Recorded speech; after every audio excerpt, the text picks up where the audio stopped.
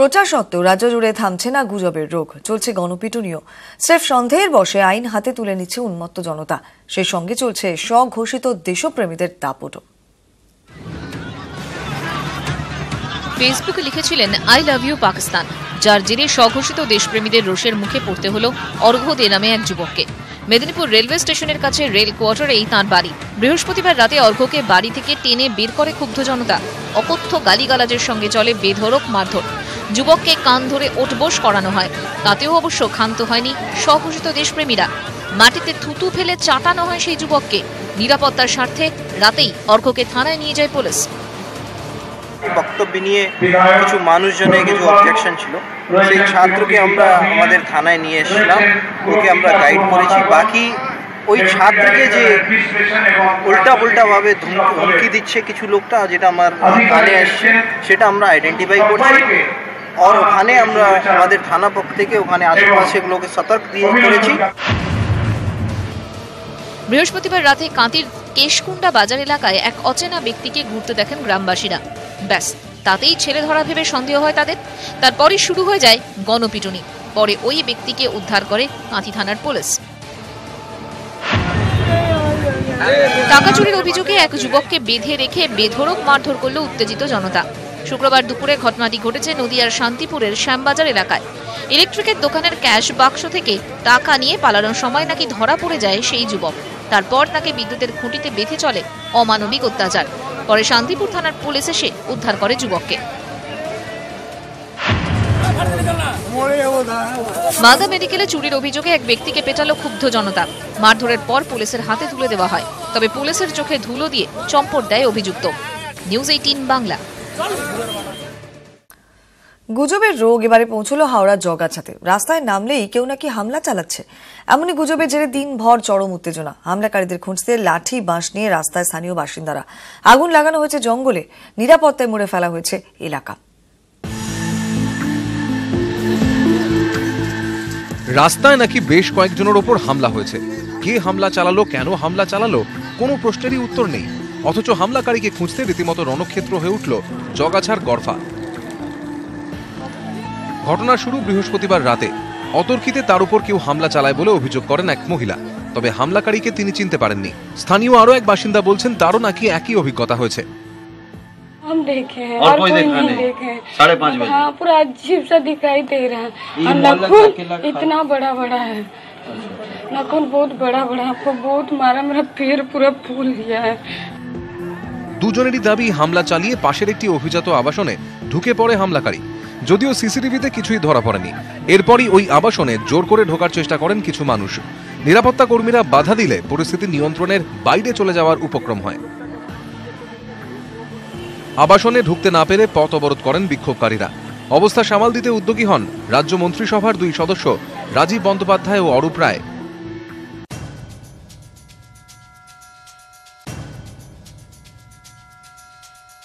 আমরা সাধারণ মানুষগুলোকে বলেছি যে আপনারা প্রশাসনের উপরে, পুলিশের উপরে ভরসা রাখুন, আমরা আছি এখানে, আমরা দেখছি, আর এলাকায় যাতে শান্তি থাকে সেটা সবাইকে অনুরোধ করা হয়েছে।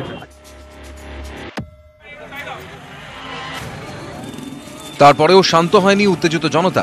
লাঠি বাঁশ হাতে রাস্তায় নেমে পড়েন মানুষ। পার্শ্ববর্তী জঙ্গলে আগুন লাগিয়ে দেয় উত্তেজিত জনতা। রাজ্যের অন্যান্য জায়গার মতো জগাছার ঘটনাও চোখে আঙুল দিয়ে দেখিয়ে দিল গুজবের পরিণতি কতটা মারাত্মক হতে পারে। গ্রামের ভিতরে হামলা চালিয়ে জঙ্গল ও পাঁচিল টপকে তারা চলে আসছে এই আবাসনে। এই আবাসনেই লুকিয়ে রয়েছে হামলাকারীরা। এই আবাসনের ভিতরে ঢুকে তল্লাশি চালাতে চায় গ্রামবাসীরা। সেখানেই মূলত সমস্যা হয় পুলিশের সঙ্গে। এরপর রাস্তা অবরোধ, তারপরে পুলিশি মৃদু লাঠিচার্জ। গ্রামবাসীদের বুঝিয়ে তাদেরকে গ্রামে পাঠানো হয়েছে। তবে এই সমস্যা থেকে কবে দূর হবে এটা কিন্তু এখন প্রশ্নচিহ্নই রয়ে গেল। ক্যামেরায় জ্যোতির্ময়ের সঙ্গে দেবাশিস চক্রবর্তী, নিউজ 18 বাংলা, হাওড়া। যুদ্ধবিরোধী মন্তব্য, শাস্তি, বাস্তায় পিটুনি। বুধবার রাতে পশ্চিম মেদিনীপুরের আমতলাতে আক্রান্ত হন সিভিল ইঞ্জিনিয়ার দীপায়ন ধর। শুক্রবার ঘটনাস্থল খতিয়ে দেখল পুলিশ।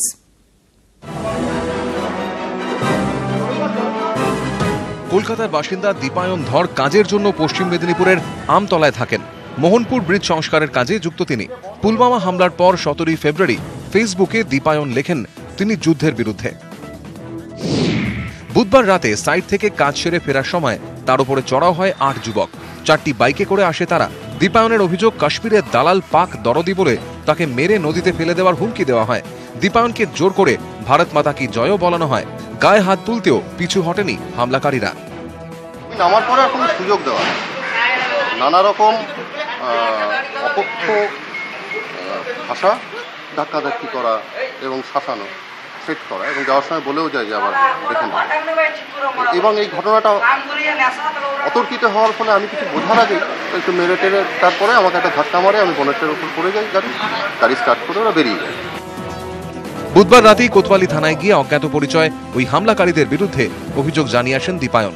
শুক্রবার কোতোয়ালি থানার পুলিশ তাকে সঙ্গে নিয়ে ঘটনাস্থল খতিয়ে দেখে।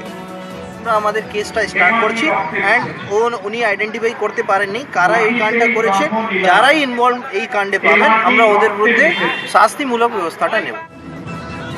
প্রশাসনের হুঁশিয়ারি সত্ত্বেও ফিরছে না হুঁশ। রাজনৈতিক স্বার্থেই কি জাতীয়তাবাদের নামে আক্রমণ রাজ্যের নানা প্রান্তে? প্রশ্ন তুলছেন বাংলার মানুষ। পশ্চিম মেদিনীপুর থেকে শঙ্কর রায়, নিউজ 18 বাংলা।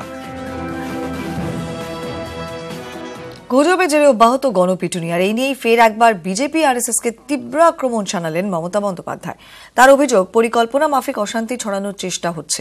কিছু ঘটলে পুলিশের কাছে যান, আইন নিজের হাতে তুলে নেবেন না। আজই মুখ্যমন্ত্রীর একটা রটানো হচ্ছে বিজেপি পার্টি থেকে, আরএসএস পার্টি থেকে। আমরা হিন্দু ধর্মকে সম্মান করি, কিন্তু যে হিন্দু ধর্মের নাম করে ডান্ডা নিয়ে মানুষ খুন করে তারা হিন্দু প্রেমিক হতে পারে না। হঠাৎ ডান্ডা নিয়ে রাত্রিবেলা বেরিয়ে পড়লো, পাড়ায় কি করছে সূক্ষ্মভাবে রটিয়ে দিচ্ছে। আমার মা ভাই বোনেরা, আপনাদের কাছে আমার হাত জোর করে আবেদন থাকবে, এটা অপপ্রচার করছে।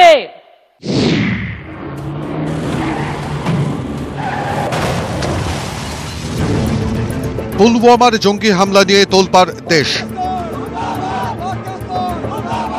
উগ্র আবেগে ঝরছে বিদ্বেষের বিষ, সঙ্গে ছেলে ধরা, চুরি সহ নানা গুজব। এসব নিয়েই ফের একবার গেরুয়া শিবিরকে নিশানা করলেন মমতা বন্দ্যোপাধ্যায়। তারকেশ্বরের অনুষ্ঠান থেকে মুখ্যমন্ত্রীর অভিযোগ, পরিকল্পনা মাফিক হিংসা ছড়ানোর চেষ্টা চলছে রাজ্যে। আমাদের 40 জন জওয়ান মারা গেল, জানেন? যদি সঠিক টাইমে ব্যবস্থা হতো কেউ মারা যেত না। রাজনীতি হয়েছে। আর আজ কি করছে? যেদিন থেকে এই ঘটনা ঘটেছে খুব সূক্ষ্মভাবে দেখবেন, এলাকায় এলাকায় ভোটের আগে রটিয়ে দেওয়া হচ্ছে। ওই ছেলে ধরা আসছে, নিজেরাই 10টা বোরখা কিনেছে। আমার কাছে শুনে রাখুন, আমি যখন বলছি আমি একটা গভর্নমেন্ট চালাই, আমি দায়িত্ব নিয়ে বলছি। বোরখা পরিয়ে কাউকে রাস্তায় ছেড়ে দিচ্ছে টাকা দিয়ে, আর এই সুযোগে ওই লন্ড ভণ্ডকারী দানবরা তার রাজনীতির স্বার্থ চরিতার্থতা করছে। গুজবের জেরে অশান্তি রুখতে ইতিমধ্যে পুলিশকে কড়া ব্যবস্থা নেওয়ার নির্দেশ দিয়েছেন রাজ্যের মুখ্যমন্ত্রী। কিন্তু তারপরেও বিভিন্ন জায়গায় গুজবের জেরে গণপিটুনি চলছে।